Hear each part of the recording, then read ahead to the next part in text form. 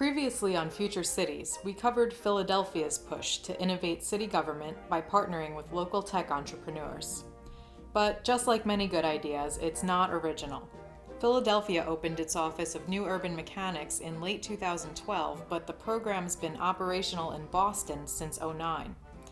Nigel Jacob, a contributor to Future Cities, is the co-founder of Boston's so-called Civic Innovation Incubator. A former programmer and tech entrepreneur, Nigel's mission is to secure grant funding and build external partnerships to help Boston's city government experiment with services and technologies they otherwise wouldn't be able to afford. Recently, Future Cities spoke with Nigel outside of City Hall, where he discussed how the model he developed in Boston is taking root in Philadelphia and beyond. The Philly office we work very closely with. This year, the first baby step to that end was really to bring us both onto the same website, something as simple as that. I think it sends a strong message. But we speak to them several times a week about projects they're working on, projects that we're working on, where the focus is always, are there things that we can be sharing directly? Things that they're developing that we can be using and vice versa. We scaled up a project that we've been working on here for a few years called Community Planet, which is an online civic design game that started here in Boston, but we rolled it out in Philadelphia.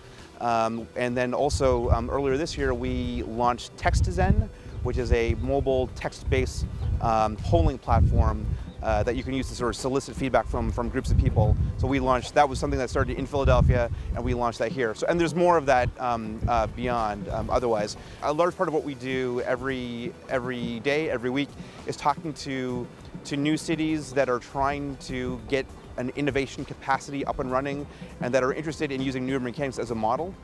So we end up spending a fair bit of time talking to them, explaining how this works and what we do versus what the IT department does, and so on. So there's a lot of that work that happens.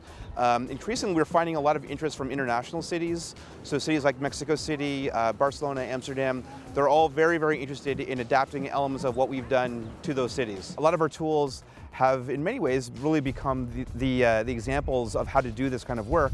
And so the question for us is, how do we scale that up, right? Because part of our intention is always to have real impact, and you can only do that when you hit scale.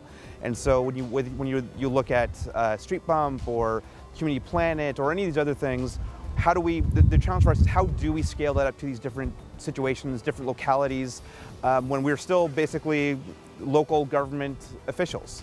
And so trying to grapple with that is a key element of how what we're trying to think through over the next year.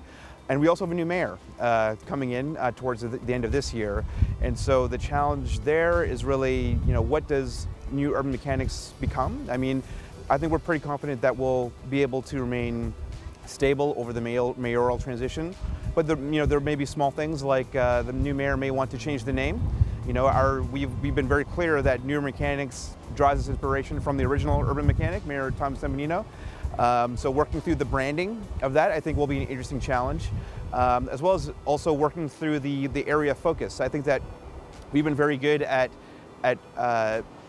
drawing a distinction around what new urban mechanics does, namely being entirely resident focused, which is not the same sort of approach that we've seen in other cities. Other innovation teams have taken a more general purpose, kind of business of government focus and/or tool focus, and so making sure that I think that's our special magic has been being resident focused, and so trying to maintain that through the mayoral transition will be interesting for us.